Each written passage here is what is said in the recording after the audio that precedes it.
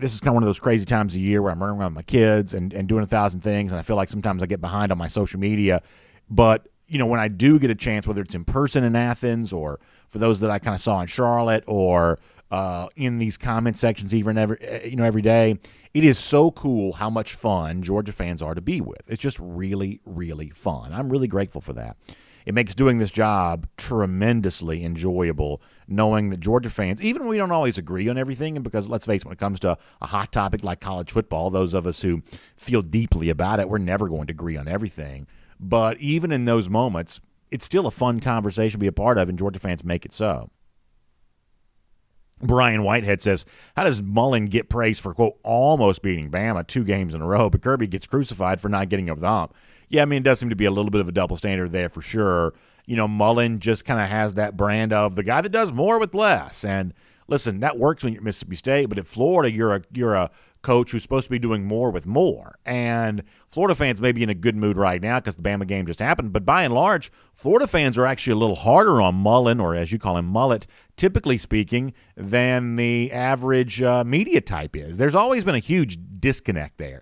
A lot of Florida fans are not happy with that staff that Mullen's put together, not just Todd Grantham, but beyond that. They do want to see Florida win more games, win more recruiting battles. That's the common discussion on message boards. Now they're going to ignore that right now because they're likely to kind of buy into the notion of a near win against Alabama being proof of something. But over the course of 12 months, 365 days out of the year, Florida fans are actually a little bit more realistic about Mullen, I think, sometimes than the average talking head on ESPN seems to be. At least that's what I found. Maybe y'all have found something different. Allison Scaly, good to see you as always. Green Soldier says expectations for Kirby are different because he's better. The bar's just set higher. I believe you may be right about that. Scott Harris said he wore his new shiny DawgNation Daily shirt yesterday. That's awesome, Scott. I'm glad. I really appreciate that. Thank you very much. All right, let's see what else. Allison on the subject, I think, of Pickens saying might not be a first-rounder unless he comes back. Yeah, I mean, I don't quite know what to make of that. I think Pickens is obviously one of the best receivers I've certainly seen come through Georgia. How that translates to draft stuff, I guess I'm still kind of waiting to see. I think there's obviously a great collection of film that shows Pickens' ball skills, his willingness and ability to just go get the football, which you cannot coach. The one thing he's going to have working against him even before the knee injury is, Pickens is not the fastest receiver. Now that straight line speed has never been lacking in actual games. I've never seen him not be able to run to wherever the football was, be able to get it. But this is not a 4.3 40 type guy, right? This is a big dude. You ever spend time around George? He's big. He's got a big body. And, he uses that body, that athleticism. I always love the way that he almost like posts up defensive backs almost like he's a basketball player calling for the ball, using his body to get to the football. But it's not necessarily the, elite speed. And so that's going to factor into the pre-draft discussion there too. But obviously what should matter more than anything else is what he's put on film, and no one can deny that when he's been healthy. So great comments, and we'll keep all those going. We are on now Facebook and YouTube and everything else. All right, so to the rest of our video platforms, thanks to all of you for being with us. So here is what's coming up today. Before we're done, 2022 schedule is now out for Georgia in terms of the dates. We'll talk about that just briefly. A lot of get into with our buddy Mike Griffith today. We had a pretty heavy George Pickens conversation right there a moment ago on DawgNation.com and the DawgNation app with our 1st and 15. So that will continue during today's show. We'll let you hear from Kirby Smart. It's actually a longer audio clip. I'm always really nervous about playing an audio clip that's just a little too long. This one probably borders on as long as I would ever play, but I just wanted you to hear the full thing. This is Kirby Smart. Everything he said about Pickens yesterday, so that we get the full picture of where Pickens is now, what the outlook is for when he might come back. So that's on today's program.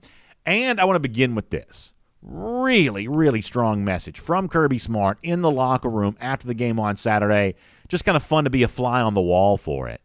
But also a little bit of a signifier for where the rest of this Georgia season might be going from here. This is really good stuff. We'll begin with it as DawgNation Daily, the daily podcast for Georgia Bulldogs fans, presented by Harris Cherokee Casino Resort, begins right now. Today's episode of DawgNation Daily is brought to you by Harris Cherokee Resort. Find us online at Caesars.com/Harris-Cherokee. Presented by DawgNation.com. This is DawgNation Daily, the daily podcast for Georgia Bulldogs fans. Here's your host, Brandon Adams. You know, I remember something that Nick Saban said a little while ago. They're asking Saban about, hey, when might you retire? And Saban said something at the time that, seemed kind of, unimportant, but it really stuck with me. He talked about how, and I guess this Halloween he'll be 70 years old. I think that's the case. And he said that he'd been on a team since he was like 7 or 8 years old, and he wasn't really thinking about retirement because he couldn't imagine the idea of not being on a team anymore. And that really stuck with me because I really believe that's true. It's like, I think a lot of this may be true for women. Obviously, I can't speak to that. I just know what it's like to be a man. As men, I think those of us, the further we get away in our lives from having been a part of a team, life just gets kind of weird sometimes. Like when you're a high school athlete, once those playing days are over, how do you think about yourself and how do you kind of, frame your life? And it's maybe even more so for college athletes. One of the reasons why, as dads, we love coaching our daughters and sons in youth league sports. It's one of the reasons why a lot of times guys will leave, lucrative careers in other fields because the call to be a high school coach is just so prominent. And, obviously for guys like Saban who've been in the college game, it's like you're 70 years old, but I'm not looking to give it up because, as Saban said, there's just something special to be a part of a team. And I think about that sometimes when I watch the way the Georgia players interact with each other or the way in which the Georgia coaches and the Georgia players interact together. And it's hard sometimes not to get jealous. And I don't mean jealous of the fame and fortune that comes their way or the glory and the glamour that comes from being a part of a college coach or college athlete, because behind the scenes it ain't always as glorious and glamorous as it might seem. It's a lot of hard work, and there are some hard days for coach and player alike.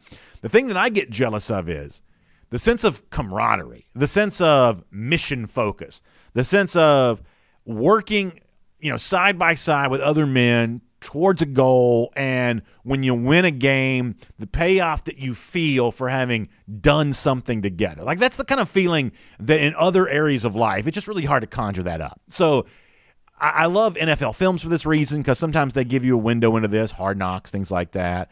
I like what the SEC Network does because they also give you a little bit of a glimpse into what I just described. The hard work done together in cooperation, coaches with players, about trying to win a game, trying to win a championship, trying to improve and grow as players and develop young men. It's just the kind of thing that when you're on the outside looking in, you look at these coaches and players and you say, boy, I hope they understand how special this opportunity is. And I hope they understand how when their playing days are done, because I talk to Georgia players all the time, former Georgia players who, you just can't help but miss it. You just can't help but crave the feeling you used to have, and it is hard to duplicate this with anything else that life has to offer. And so with that in mind, now we're going to make a football point about this in a moment, but with that in mind, I want to set up the SEC Inside, good show, put out a social media clip of Kirby Smart after South Carolina talking to his team, and you can just kind of feel it, right? Like I can't show the video, but I will play the audio. You just kind of feel it, right? The feeling of, hey, we worked hard at practice all week, and now we went out there and we got the win. We'll turn this into football, and we'll make a point about where Georgia goes from here. But first, just kind of a cool window into how Smart speaks to his team after they go out and get a first SEC win against the Gamecocks. This from SEC Inside. Look, guys, it was anticlimactic because the game was probably over in the third quarter. You guys did a hell of a job putting them away. I still don't think the second half we did what we wanted to do. What we did do was play with some effort and run around and play hard. But when I turn this tape on, we can get better. And what we did, situational football, red area, defense was elite. Red area, offense was elite. 2 minutes before the half, offense was elite. Turnovers on defense, got a bunch of it, elite. Trust me, guys. Do not fall victim to the disease. We're too good. We can't be beat. AD don't believe it. They're going to tell you that. Jermaine don't believe it. They're going to tell you that. They're going to tell you that, guys.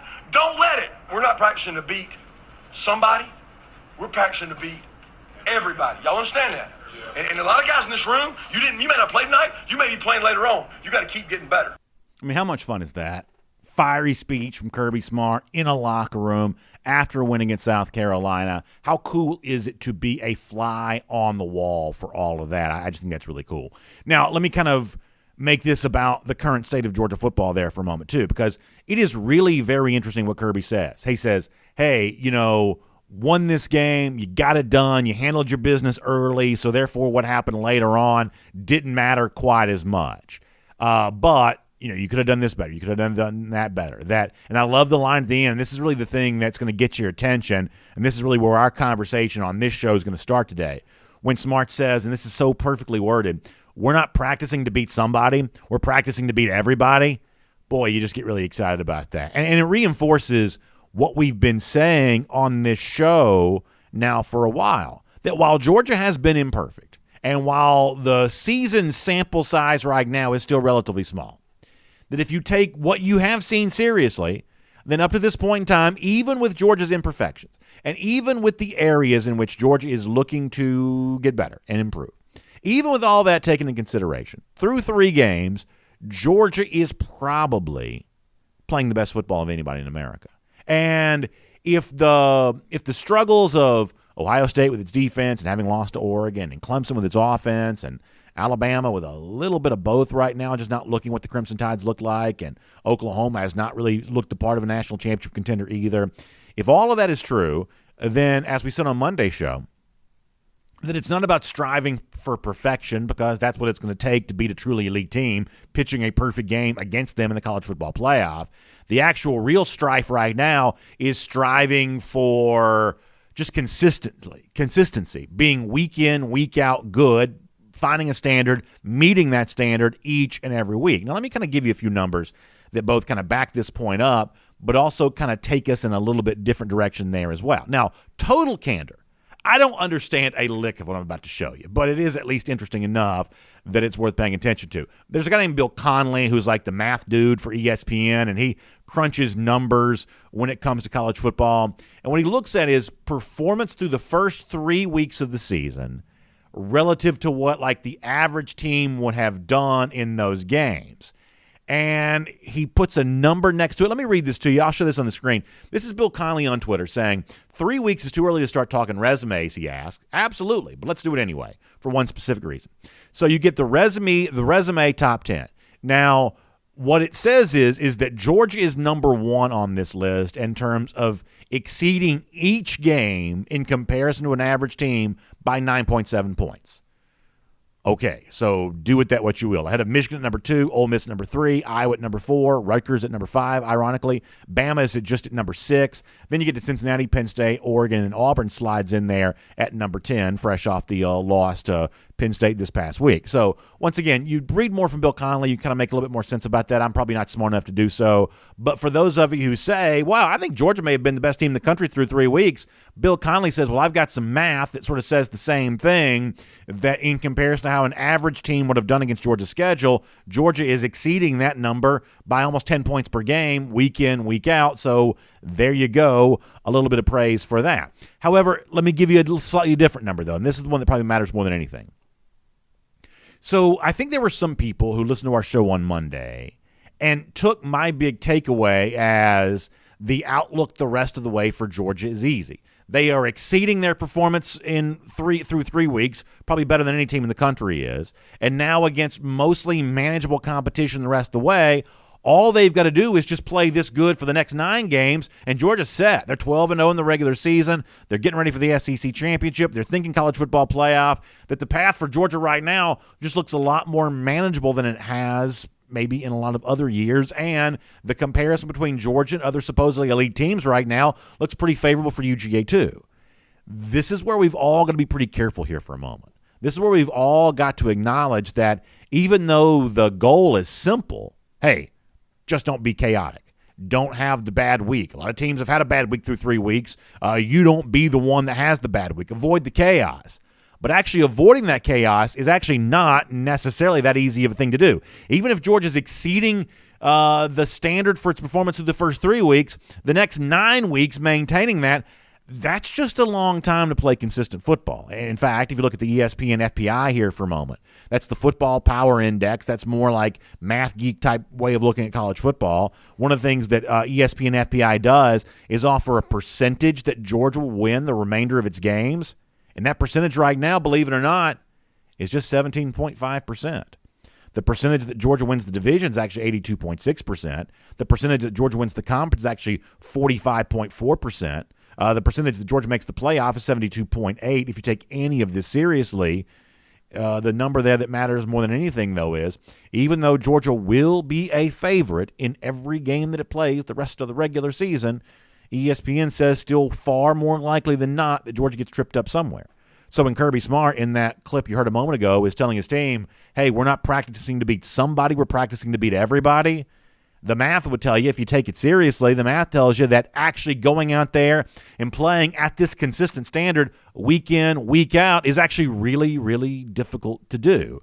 And it's one of the reasons why, as those of us who cheer for Georgia, we hope that those players in that locker room listening to Kirby in the clip I just shared with you, we hope they're really taking that seriously, because showing up and being that team, including this Saturday, by the way, in that sleepy spot in Nashville, 11 a.m. local time, we hope these Georgia players are taking that very seriously. And maybe, just maybe, the fact that there's some growing chatter about some of the other teams that Georgia's playing, maybe that helps with this a little bit. We'll talk more in the show later on about some of the stuff that Kirk Herbstreit recently said about Auburn. But, you know, you heard Kirby in that clip a moment ago said, the whole world's going to tell you that you're great. The whole world's going to tell you that you're the best team in the country. You know, I don't quite know right now how true that really is. I mean, our good friend Brad Nessler, who called the Alabama-Florida game on CBS on Saturday, he went on the Cole Kublik, Greg McElroy show on WJOX on Monday morning, and he actually said, I'm not sure about Georgia yet. He said, I'm still wait and see on the Dogs. He says they don't have a dominant guy there at the running back spot yet. He says, I think their receivers are still learning. He says, I think their defense is as good as anybody's in the country, maybe better than all of them. He says, but to answer your question, Florida impressed me. I thought it was just going to be hands down all right. Georgia's going to win the East. Last year I thought Florida would win the East, and they did. I'm more impressed with Florida right now, though. I think Florida can hang with Georgia and be a threat more than I did when I was heading into Gainesville last week. That's the guy who saw the game very closely. He's the play-by-play broadcaster. So Kirby says, we're trying to win them all. We're trying to beat everybody, and the world's going to tell you you're going to do that, but don't listen to them. Block all that out. But the truth is, maybe if these Georgia coaches and players listening to the rest of the world right now, maybe they might hear actually a little bit of praise for Florida, and maybe that's a good thing as a way of keeping the focus for the Dogs where it needs to be. Because no matter how easy it looks to go out there and beat everybody, as Smart said, as I pointed out a moment ago, statistically speaking, that's actually a tougher task than it might seem. So the Georgia focus, where is it? Going into Vanderbilt this Saturday, going into the games that come after that, including tough ones in the month of October. Boy, I am fascinated to see. I trust this team, though, trust this coaching staff to take it as seriously as it needs to be taken and be ready for the task that is at hand in the weeks to come. My name is Brandon Adams, and this is DawgNation Daily, the daily podcast for Georgia Bulldogs fans, presented today by Harris Cherokee Casino Resort. Good to have you with us, no matter how you get to us today. We're live on video, starting at 9:45 for our first and 15 on DawgNation.com and the DawgNation app. Then 10 a.m., Facebook, YouTube, Twitter, Twitch, still on, obviously, the DawgNation platforms, the website, DawgNation.com, and the DawgNation app. Of course, podcast, whenever you want to listen to it, it's the on-demand audio way to hear our program. Apple, Spotify, the Google Player, I don't know, 1,000 other podcast platforms, too. Some of them I've never even heard of. But the point is, there are a lot of them out there for you. Radio at noon on Athens Sports Radio 960 The Ref. Just so great to be able to connect with you in so many different ways. And a big thanks to our friends at Harris Cherokee Casino Resort, making it all possible. You know, from where I'm sitting right now in our palatial, friendly confines of our DawgNation World Headquarters studios, you know, I'm just about a 2-hour drive from either the Harris Cherokee Casino Resort property or Harris Cherokee Valley River. Either property I can get to easily within a couple of hours. And when I get there, I experience all they have to offer. I'm talking about casino gaming. I'm talking about gourmet restaurants, world-class shopping, a luxurious spa, which is always so enjoyable. And you know what else is cool right now? Because let's face it, it's football season, and you got baseball heading down the wire and all that kind of stuff. You've also got legal sports wagering right now in the mountains of western North Carolina at both the Harris Cherokee Casino Resort and the Harris Cherokee Valley River properties. So that is a terrific thing. Entertainment returning there to those venues there too. It's just a great time to be at Harris Cherokee Casino Resort. So please check out the website, Caesars.com/Harris-Cherokee for more on that. That's Caesars.com/Harris-Cherokee for more on that. You can become a Caesars Rewards member. You get all the great incentives that come with that, and you can find out about the cool things happening at Harris Cherokee Casino Resort and Harris Cherokee Valley River, including stopping by, seeing the book, watching the games there on all the big screens, and taking advantage some really, really fun stuff in the brand new sports book open there at the Harris Properties in Cherokee and Valley River, North Carolina. All right, Mike Griffith coming up in a moment. We will get a Georgia Farm Bureau practice report from him. Actually, a little more practice report to it this week because Mike did get a chance to see a little bit of practice on Monday, and obviously he, like everybody else, saw George Pickens. We'll ask Mike what he thinks about that. The 2022 schedule was released yesterday for Georgia and the rest of the SEC. We'll get some thoughts from Mike on the Dogs in 2022 and, of course, look ahead to the game against Vanderbilt and kind of where Georgia is through 3 weeks. All that coming up with Mike Griffith in just a moment with a Georgia Farm Bureau practice report. But before that, speaking of George Pickens, let's find out more about this now as we go around the doghouse, presented today by our friends at Rooms to Go, furnished by Rooms to Go here today. And I was telling our video audience this a little bit a moment ago that so we're going to play the audio of Kirby Smart speaking about George Pickens. It's a little longer sometimes than maybe a clip that I would normally play, but I just wanted to get the full context for all this because obviously we talked about it a lot yesterday. It was a hot topic, and Smart spoke to reporters again last night. As you would imagine, that question comes up there in that discussion. So let me let you hear Smart on kind of the full picture of the current status of Pickens, spotted by reporters, running routes, looking at least in that limited window with that limited activity, pretty healthy all the way around, not necessarily an indicator of when he might return, but good insight from Kirby. This is about a minute's worth of Smart talking Pickens. Take a listen. Yeah, I was excited for George. I guess I can't remember when it was, 2 weeks ago maybe. 2 weeks ago Monday or 2 weeks ago Tuesday, he had a meeting with Dr. Andrews, and he visited with him. And, of course, he's the foremost authority, and Ron went and his mother went. They had a sit-down meeting, and he felt like he was in a really good spot and cleared him to do some, football activity in terms of route running and things on air, not contact. And George is running really well. He's a special guy when it comes to coming off of injury. I mean, he's out there running, catching balls. I mean, you wouldn't think, just watching him, there's anything wrong with him. But Ron has a protocol, and Ron's following that exactly. George has done a tremendous job of doing what he's supposed to do in rehab, being where he's supposed to be. And he works out, during the practice. He only gets a little bit of time with us. He's prescribed, like 15, 20 minutes at the beginning of practice, and then he goes and does his rehab program and his lifting program, and he's done a great job of doing that. So what is the prognosis? I don't know. I don't know the timeline on that. I do know that he's working really hard, and we've not made it about, George's return. That's not what we talk about. We talk about George getting healthy, and that's what we've consistently sold to him. I feel like every time I bring this up, I have to have like the caveat at the beginning, kind of like the disclaimer. How like you watch a movie, they have like the FBI piracy warning there at the beginning. This is my my disclaimer beginning of this. George Pickens needs to do what's right for him. He needs to examine his situation, and given the money he has a chance to make at the NFL level, he just needs to make his decisions carefully and think, thoroughly about what he wants to do here. So that's my disclaimer. However, even with that understood, it is not a no-brainer that there wouldn't be some value in Pickens returning and playing for Georgia at some point this year, even if he plans on entering April's NFL draft. It's not a no-brainer that you just sit out the rest of this college season because that doesn't matter because you're about to go to the league where they play for pay. That's not necessarily a no-brainer. And I don't just mean that from the standpoint of hey, you come back and you play, and maybe you show NFL scouts how healthy you are and what you're all about. I mean that beyond all that too.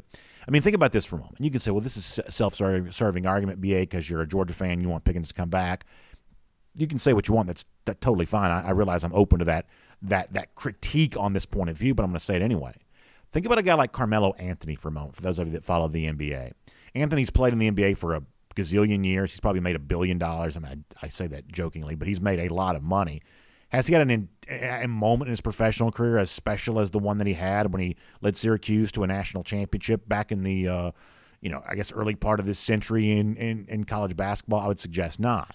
I talked to Connor Riley yesterday about the fact that a guy like Justin Thomas, the PGA Tour golfer, said a couple of years ago that if he had a choice of winning a major or winning the Ryder Cup, he'd rather win the Ryder Cup, despite the fact he doesn't get paid a dime for doing so. That's just how special that event is in his mind. That's how bright his competitive fire burns for a chance to be a part of it. And I would say college football can be kind of the same way.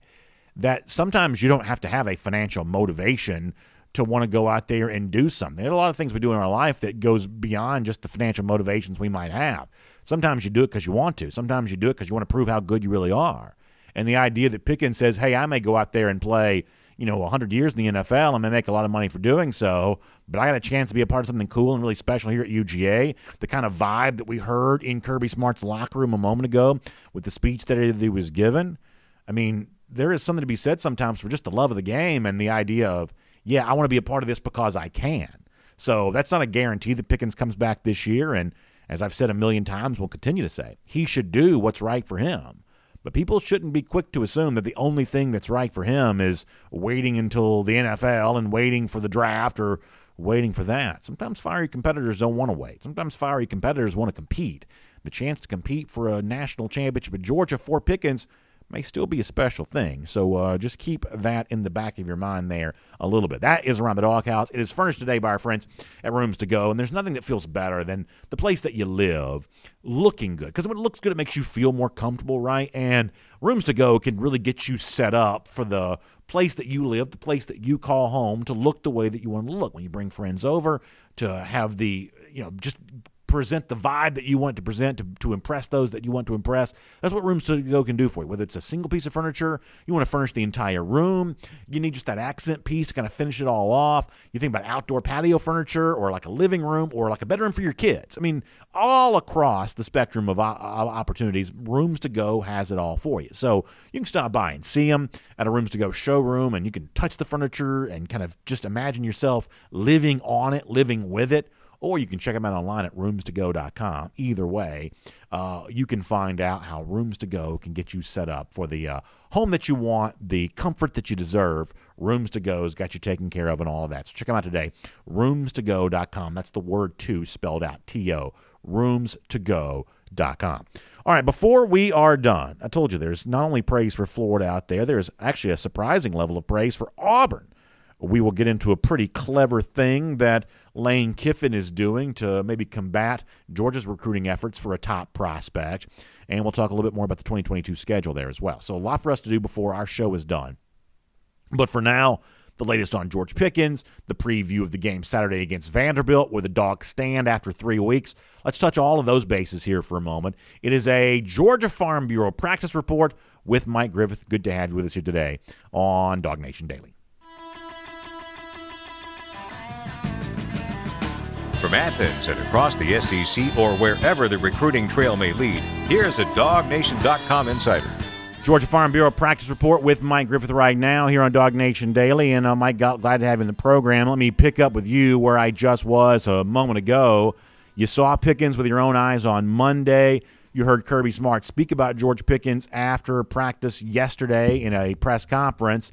Pickens is obviously a huge name on a show like this. We've been fans of his for years. So for our audience, give us your thoughts on where you think things stand with Pickens here at the moment. Well, it's exciting for sure. I mean, to see George out there running routes and running post routes, not just jogging, but he was running and cutting. Now, he had a knee brace on, but it looked like a lighter knee brace. But, he looked like George. And you look at the way he's built, he's kind of thin, so it doesn't look like there's a whole lot of pressure being put on his knees, and then, he wants to be back for the Florida game. So could that happen? I mean, I suppose it could. I mean, Kirby's qualified it, said that there's no timeline, to be clear. He says that, there's a certain protocol. So it's pretty fascinating to see George out there running routes and catching passes. Kirby told us he does it for 15 or 20 minutes every practice, and then he goes into the weights and does his own rehab. Just for fun, I'm going to put you on the spot. Do you think he plays again this year? Yeah, I do. Good stuff. Good stuff all the way around. All right, so we see George get off to a 3-0 start. I think you and I are kind of in the same mindset on this. I think you can make case that while George has been imperfect, it's probably been the best performer in the country through these 3 games. Obviously, George is a huge favorite against Vanderbilt on Saturday. No reason to think that won't continue. What do you think we've learned about Georgia through these 3 games and how Georgia kind of compares to the rest of the country here at the moment? Well, I mean, obviously the front seven is special, and it kind of masks a lot of the issues that are on the back end. The players will tell you they've got. I guess it was Louis Cine that said, we're not as good as you think we are.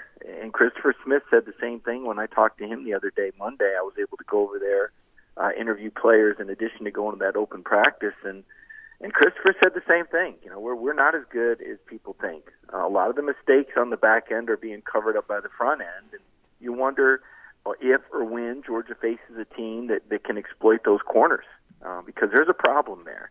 There's a lack of depth there. It's a green unit. I think Darian Kendrick is playing well, but that other side, Brandon, it hasn't been solved. We see now why Amir Speed hasn't got on the field yet.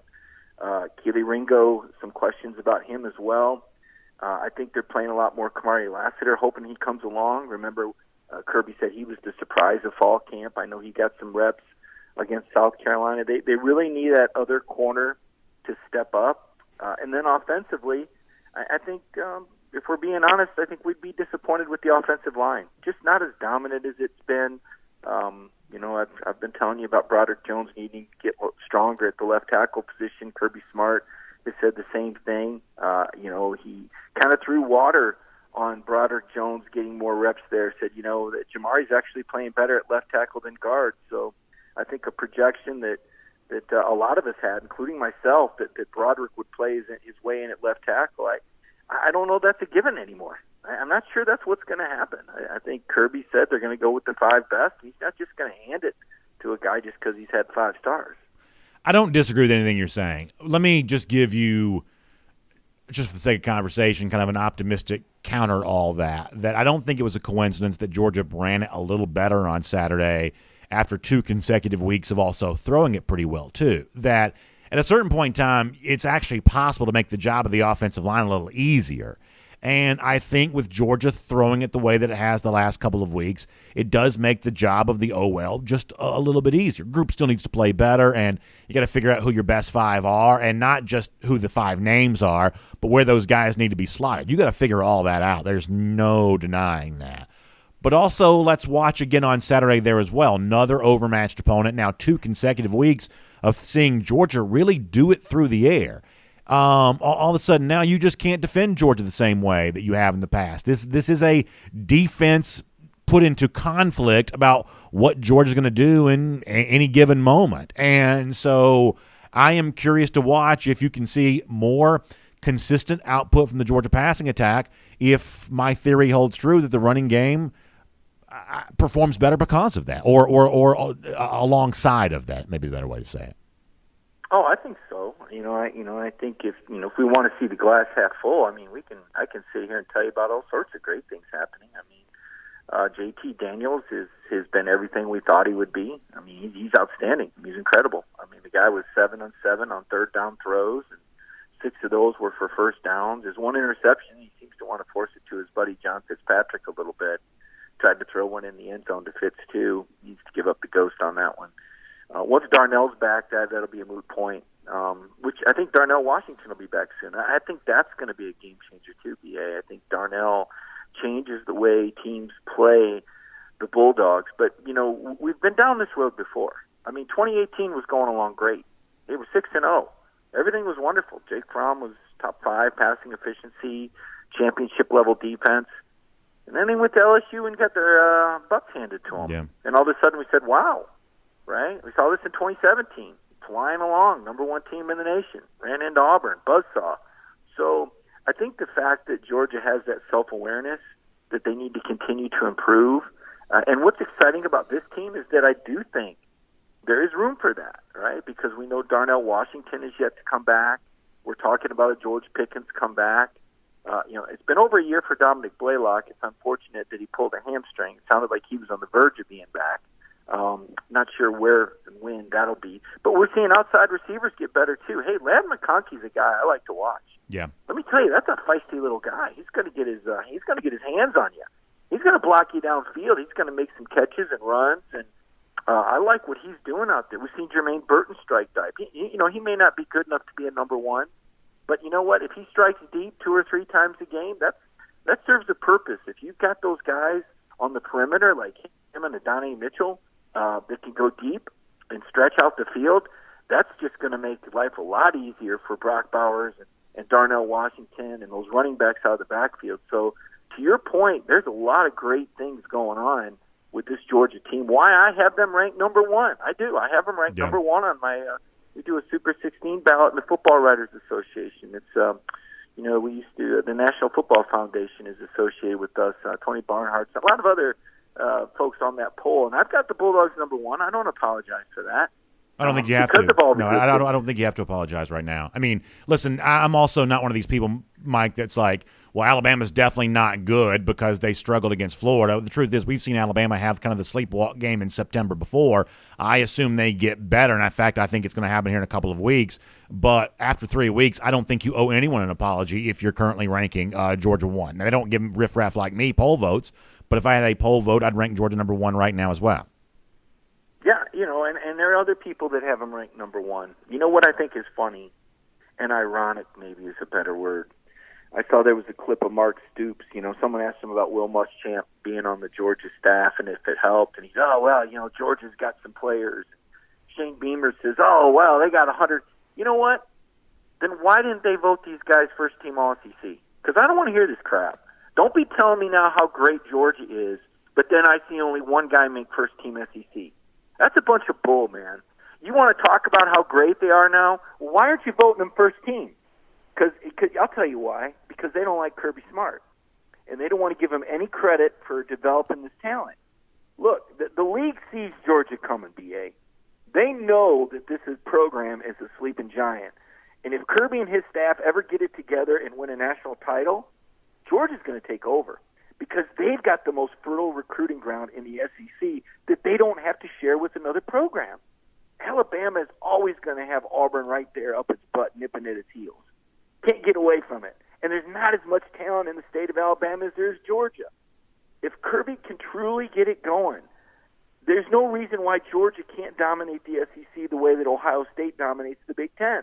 Because Ohio is a very similar state in that respect. They have one dominant program. And they have a lot of in-state talent.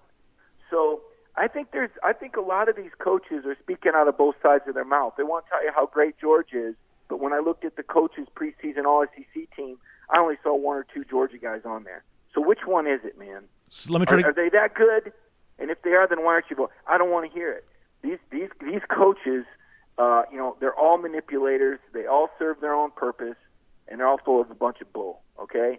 You can't have it both ways. You either want to recognize these kids as first-team All-SEC, or you need to recognize the coach for developing them. But you can't have it both ways.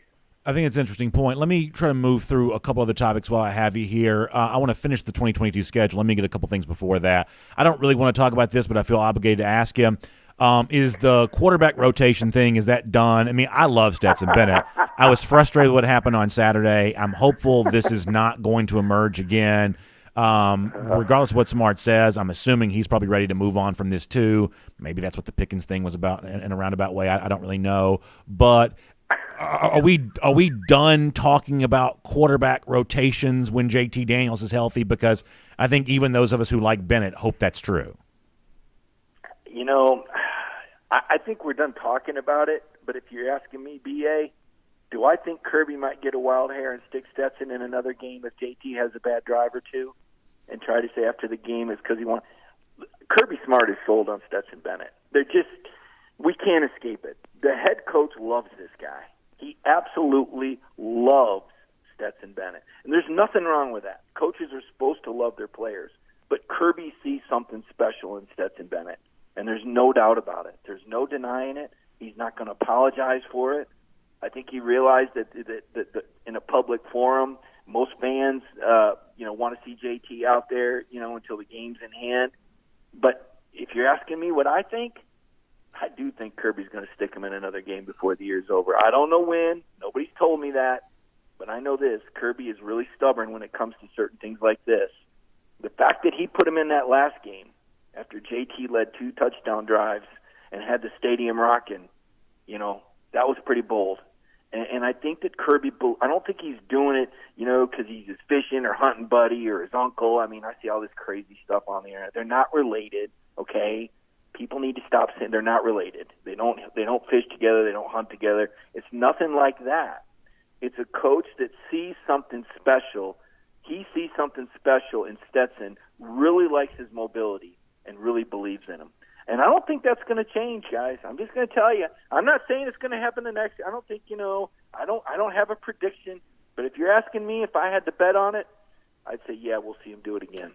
And this can be quick as well. Do you think Georgia has extra motivation against Vanderbilt on Saturday? I'm talking about, obviously, theoretically they could. But in actuality, are they looking to tack on extra scores against Vanderbilt in what should be, a blowout game anyway because of the way that last year's cancellation happened? I mean, the way that Kirby's talked about it, he says the coach called him and, he realized he couldn't. Hey, listen, I really don't know. I would have thought so. I would have hoped that they would have wanted to do, but I don't get the feeling. I feel like the mission for this season outweighs, paying back, Vanderbilt and their horrible program. It's almost like, look, yeah, they could tack on more scores, but what's really more important? Here's the deal. This is probably your last chance for a little while, for at least 3 or 4 weeks, to play some of your second, third, and fourth stringers, okay? Because the Hogs, that's not a team I think we would both agree that Arkansas is not a game to take lightly, and neither is Auburn. These are scary games, okay? These are scary teams. We'll see what Arkansas does against A&M this week, but that's not going to be a game.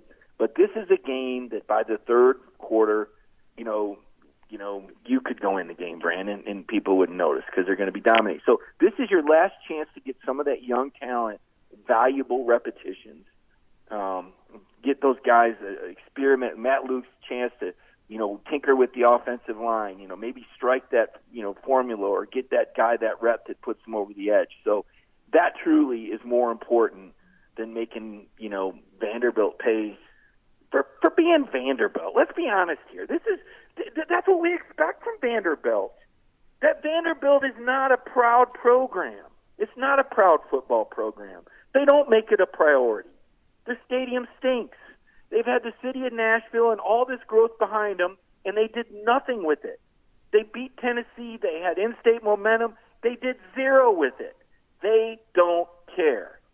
So, because they don't care, you can't punish them for being Vanderbilt because they're supposed to stink and they're supposed to not care, and that's the way it's always been, and the SEC gives them a free pass because they like the city of Nashville and they bring a little bit of academic reputation to the league. Oh, well, we're not just football. Oh, really? Yeah, look, we got Vanderbilt. Oh, okay, that's the smart kid over there in the corner with the glasses on.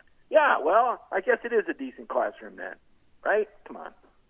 Mike, let me remind folks, as our practice report brought to you by our friends at Georgia Farm Bureau. And, of course, Georgia Farm Bureau understands that so many of the folks that listen and watch us each and every week, hardworking folks trying to get to and from work each and every day. That means relying on a dependable vehicle. And, of course, that also means that you want dependable auto insurance giving you coverage of that vehicle. You want an insurance company that's going to keep their promises to you. That's what Georgia Farm Bureau has been doing since 1959. They have been taking care of folks all across the state of Georgia when it comes to great auto insurance. In fact, you can find out more about this yourself. Their experienced agents, their friendly claim folks, a lot of local type service there as well. That's what Georgia Farm Bureau brings to the table all over the place, local adjusters and everything else. So you can find out more, gfbinsurance.com. That's gfbinsurance.com. That'll get you in touch with Georgia Farm Bureau. Mike, I've kept you long, so I'm going to go ahead and let you go for right now. Thanks for a good insight on everything involving Georgia football here today. Obviously, we'll continue to read you as the Dogs get ready for Vanderbilt on Saturday. We appreciate you being here there as well on our program here today and look forward to a chance to chat with you very soon. Have a great one, B.A. Thanks. Good stuff. Let's take a look around the rest of the league. This is SEC Through. Let me just say a couple things here real quick about a couple things that Mike brought up there. And one of those in the Vanderbilt game, I said this morning, I made an appearance on 960 The Ref, our radio partner there in Athens. So it's like, I think if you're a coach, this is my assumption, that if you have a chance for some easy motivation, you just take it, right? And obviously, for Georgia players, maybe remember the frustration of a year ago. Once again, we've said this before. It's like Kirby Smart may not say anything about Vanderbilt canceling on him, but Scott Sinclair may go around, trying to pound that message. Hey, these guys canceled on you a year ago. They took away your chance to play your last game. They took away, so-and-so senior night or whatever, the thing is. Like, if you have a chance to to use that message. Maybe you try to use it at practice to see if you can squeeze a little extra juice out of your team going into a game like this, and maybe you reward them with a chance to get an extra score because of that. Georgia, as it stands, is already like, if last time I saw the number, they're like a 35-point favorite in this game. On the road in the SEC, even if it is just Vanderbilt, 35-point favorites. That's outrageous number for that game already. The other thing that Mike brings up about Georgia having such a small number of first-team preseason All-SEC guys, and obviously, I do think Smart and the staff deserve a little credit for the way they've developed them. It's one of those things where I actually don't fault opposing coaches, opposing media. I don't fault them for not ranking a bunch of Georgia guys in that preseason spot who hadn't really played a lot yet, who had not really been in a starting role before. I don't think it's a intentional bias against UGA the way that Mike kind of suggested that it was. These are guys, for the most part, that had been kind of a role-playing role in previous years, and now they're in that starting role. But it is, to Mike's point, though, an example of Georgia being on schedule with its development. You show up on campus for a year and you kind of learn. Sophomore year, you try to put what you've learned into use on the field. And then by year 3 at a place like Georgia, if you're 4 or 5-star type guy, then you ought to be in a position to kind of dominate there a little bit. And that's happening on schedule. I would say that Trayvon Walker's doing that. I'd say that Nolan Smith is doing that. I'd say that Adam Anderson, who's been here since the 2018 class, but he's doing that. That people always say, what happens to all them 5-stars once they get to Georgia? Well, as I've said a million times, a lot of those 5-stars are still here. Most of them, a huge number of them, are still here. And guess what they're doing? Right now, for the most part, Georgia's 5-stars are playing like 5-stars. And so for the people, and there is a lot of wishful thinking on the part of fans this way, that wishful thinking that Georgia will squander all the talent that it has, there was never really any evidence that Georgia was at risk of squandering that talent. For the most part, it's utilized its talent pretty well. Now, the talent hasn't always been evenly distributed across all position groups. That may have caught Georgia a couple of times. But now that a lot of these former 5-star, very high-rated 4-star guys, now that they are juniors and seniors, you are seeing them play the way they were always supposed to play. We say this every single year. It's okay not to have a bunch of preseason All-SEC guys, but you better have some postseason dudes, or otherwise you're not winning the SEC. It's okay not to have a bunch of guys in Todd McShay or Mel Kiper's first big board, their first mock draft. That's fine. But you better have a bunch of guys in the last one, because otherwise you're not winning games in the field. Georgia is on schedule to develop a bunch of players that were not household names for the preseason All-SEC guys and for the mock draft guys.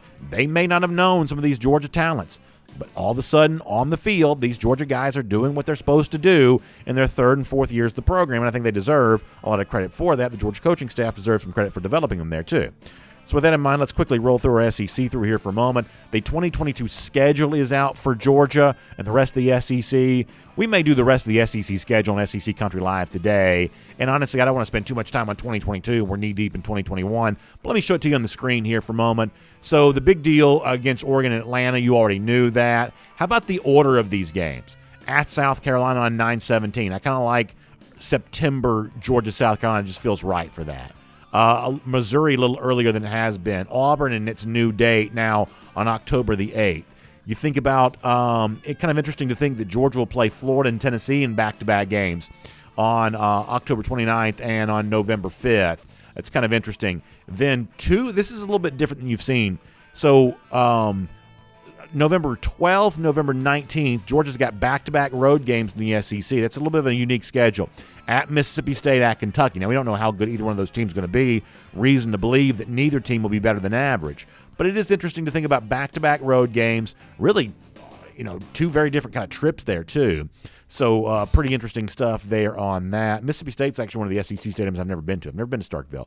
So, hope to get a chance to do that. And, by the way, Lexington on November 19th could be cold. I mean, Kentucky's pretty far up north there a little bit, so that could be a cold game for Georgia on November 19th, something we don't typically think of around these parts, cold weather Georgia football. And then, of course, on November 26th, Tech will come back to Athens for the first time since 2018. Is that right? 2019 game was in Atlanta. They didn't play in 2020, and this game's going to be Atlanta in 2021 too. So Tech will be, for the first time in 4 years, back in Atlanta, God willing, on November 26th of next year. couple other things real quick. We'll bounce through this. I told you about some praise for Florida from guys like Brad Nessler, and I gave it to you early in the program. Kirk Herbstreit, who called the Auburn game, also gave a little praise to the Tigers after their close call against Penn State, saying, I'm not saying look out Alabama in the Iron Bowl, but Kirk Herbstreit told Paul Feinbaum this week that he liked what he saw from Auburn in a tough environment against Penn State. So, they didn't cover the spread, and I don't know that anybody thought that Auburn was ever all that close to actually winning the game, but Herbstreit was there in person. He gives a little praise to Auburn for that performance against Penn State. We'll talk more about that on SEC Country Live later today.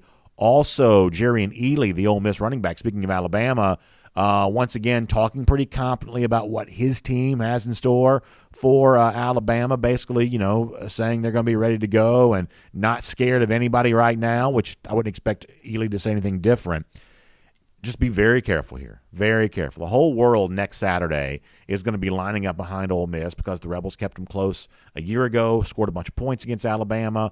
Ole Miss seems to be riding high. Bama seems to be reeling a little bit after playing it close against Florida. This is the reason why Vegas builds those casino palaces. This is the reason why people just feel like they see the trend coming a mile away, and it's just not the way it's going to go. It's just not. I'd save your money if you're thinking about betting Ole Miss against Alabama. That is my PSA warning to you right now. I don't think life is that simple. We've seen Alabama shake off the doldrums before, and something tells me come Ole Miss next Saturday, they're going to do the same thing once again. By the way, speaking of Lane Kiffin, did you see where, and I'll do more of this on SEC Country Live today too, the only person Kiffin follows on Instagram is Arch Manning. This is actually a pretty clever thing, I think, in terms of not just pursuing Manning, but getting attention for your pursuit of Manning.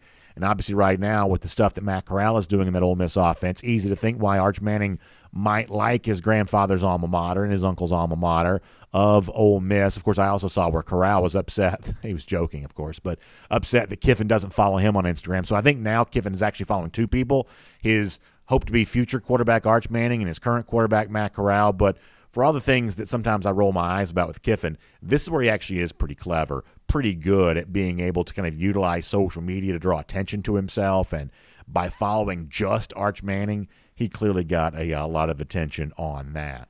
Speaking of getting some attention, you want the right kind of attention at your next tailgate party. You can get that when you serve some Finnish long drink. Of course, it's been a part of sporting celebrations for a long time. Go back to when the summer games were in Helsinki back in the 1950s. That's actually where Finnish long drink was created. It was invented, not discovered. It's not a continent, but either way, it was first made back in the 1950s for the summer games there in Helsinki. It's been popular in Finland for a long time. Now it's here in the United States, and it's here in Georgia there as well. 4 different kinds: the traditional in the blue can, the long drink zero, which is 0 carb, 0 sugar, the long drink strong, 8.5% alcohol by volume, long drink cranberry, which is, as you would expect, a liquor style drink with a cranberry mix. It's ready to drink right out of the can. Looks like a beer, but it's not. It's a ready to drink cocktail. So many of you have reached out to say authentically, genuinely, you really do enjoy it, which makes me really happy. I love to be able to share that with all of you. So if you haven't tried it yet, or you just want to get some more, go to thelongdrink.com. You can find out where to get it. It's thelongdrink.com. You can find out today where you can pick yourself up some Finnish long drink. So quick backstory here for a moment. Go back to Thursday on Cover 4 Live. That's the show that all of our DawgNation teammates do together. Mike Griffith, Connor Riley, Jeff Sintel, and me. And I told a little joke about Florida on the air, which kind of got some folks laughing. They had some fun with that. And so I got some social media response to it. Somebody had made a video of my joke and then had kind of done basically like a social media edit of me on top of that. We haven't done a BA-themed Golden Shoe giveaway in a while, but I did want to show this off on the screen here because I thought this was very funny. Joshua Hammonds shows me. I got the gold chain, I got the hat, I got the sunglasses. You've seen that meme probably before, maybe not seen that attached to my face there in my own home there. But good stuff from Joshua Hammonds. Thank you, Joshua, for sharing that on social media. We'll make you our Golden Shoe winner for today. By the way, speaking of those lousy, stinking Gators, they get what's coming to them in 38 days. That is our Gator Countdown. We'll see you tomorrow. DawgNation Daily, presented by Harrah's Cherokee Casino Resort. And on video. Time now for our R.S. Andrews cool down. And hopefully over the course of the last couple of days. I have banked some goodwill with all of you because we got to be quick today. And I mean, this is like double quick. I got to take like one lap around all the comment sections, then we got to go. And we'll try to make up some more time for you tomorrow on comments. But we got to bounce out of here pretty quick today because we truly have 1,000 things. So I went long. For those of you who are with us every day, now this is your only day to be with us, I apologize. But on Monday, I did go very, very long as a way of banking some goodwill for later in the week when we thought this might be an issue. So today it will be an issue. We got to get out of here. So I'm going to take one lap around the comment section, then we got to go. Rick says Vandy can do a mathematical regression analysis on how UGA beat them like a redheaded stepchild. Yeah, they probably could do that, actually. Big Blue 95 talking about some of those rotational offensive linemen. Yeah, I mean, obviously, you know, Xavier Truss remains an option. That's one of the names that he mentions there, and some of the others. And figuring out your five and figure out where they're supposed to be is obviously still a big task for Georgia. Brian Whitehead, thanks for the kind words. Appreciate that. How about over here on YouTube for a moment? Let's see how folks are doing over there. Hopefully everybody's well.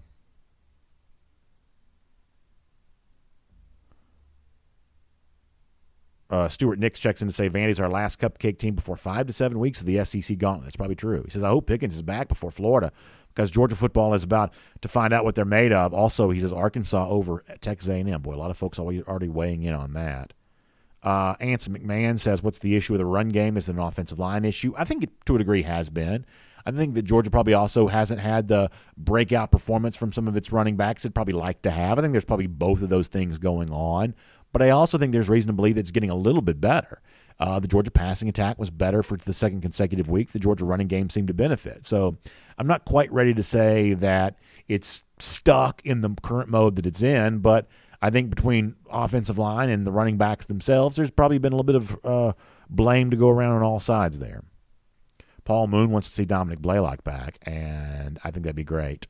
Also, somebody asked about it's Travis Dye says still no word on Eric Gilbert. No new word on that, but it should be. I mean, I think for now you got to kind of put that out of your mind. Much the same way we kind of did with Pickens. We're kind of pleasantly surprised when folks were talking about him this week. I think for now the Gilbert thing has just kind of been put on a shelf for me to hopefully hear some good news on that a little bit later on. Jerry Dogfan says, what accountability are the SEC refs held to? There's a punishment for terrible penalties. Yeah, I mean, the refs had a really bad day for the Auburn-Penn State game, and I think for the most SEC fans, I'd say not only is there not enough accountability for the refs themselves, but there's also not enough transparency from the league. Remember, the league started this like SEC officiating account. They were going to explain things that happened during the game, but they, for the most part, have never really used it because what they've determined is ultimately there really isn't much of an explanation for the things that they do. You know, a lot of the awful decisions are just inexplicable, including like the Mississippi State-Memphis game from Saturday. That was SEC officials, right? It was a disaster. Bill Kelly wants to see some Carson Beck this week. Maybe Georgia get a chance to do that. Patrick Barnhart also talking about playing the quarterbacks of the future. I mean, I get where you're coming from and understand why you'd want that to be the case. For now, though, I'm mostly interested in the quarterback of the present, which is JT Daniels. And what happens in the backup role is only interesting to me to the extent that it becomes an issue where you have to have a backup playing in place of Daniels. If JT functions in the Georgia offense the way that he's supposed to, then whoever emerges the starting quarterback for next season is probably in pretty good shape because they are inheriting an offense that we know works. Miriam Martin Corbin, always appreciate you being here today. Jamie Huff says, after Georgia's debacle in the 2017 national title game, don't want to hear anything about refs, and I understand where you're coming from on that. Kevin Mills says, all of a sudden our schedule is not so easy, and I think that's probably true there as well, too. So I wish I could take more comments, but we have got to roll for today. Thank you for being here for our R.S. Andrews Cool Down. Find R.S. Andrews online at rsandrews.com. We'll do more comments tomorrow, I promise. But today we got to bounce out of here pretty quick. So appreciate you being here for the R.S. Andrews Cool Down. Hope you have a great day.